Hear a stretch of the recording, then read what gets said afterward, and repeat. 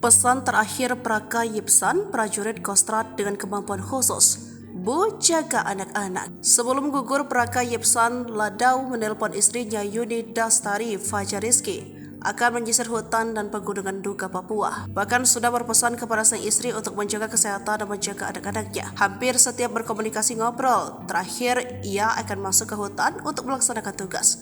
Katanya seperti dilansir dari Tribun Medan Selasa 28 November 2023. Praka Yipsan Ladau prajurit Pandawa Kostrad gugur dalam kontak senjata dengan KKP di Pegunungan Duga, Papua Pegunungan, Sabtu 25 November 2023 lalu. Ia meninggalkan dua anak yang masih kecil. Sosok Praka Yipsan di mata rekan-rekan dan komandannya merupakan seorang prajurit berdedikasi tinggi dan memiliki kemampuan serta pengalaman komplit. Sebagai anggota Kostrad, dia dibekali kemampuan tempur mumpuni, kemahiran dalam gerakan perorangan, bernavigasi darat, bela diri dan menembak dengan baik serta fisik yang prima. Namun takdir berkata lain, Praka Yipsan gugur saat menjaga NKRI. Tapi Tuhan berkehendak lain, ini adalah risiko dan tugas dalam membela dan memperjuangkan NKRI, paparnya. Kami dari keluarga tidak ada firasat karena memang ini bagian dari risiko perjuangan, katanya. Jenazah Praka Yipsan Ladau dimakamkan di TPU Setrokokok, lingkungan Glodogan, Kelurahan Harjosari, Kecamatan Bawen, Senin 27 November. Diantarkan puluhan jajaran TNI Angkatan Darat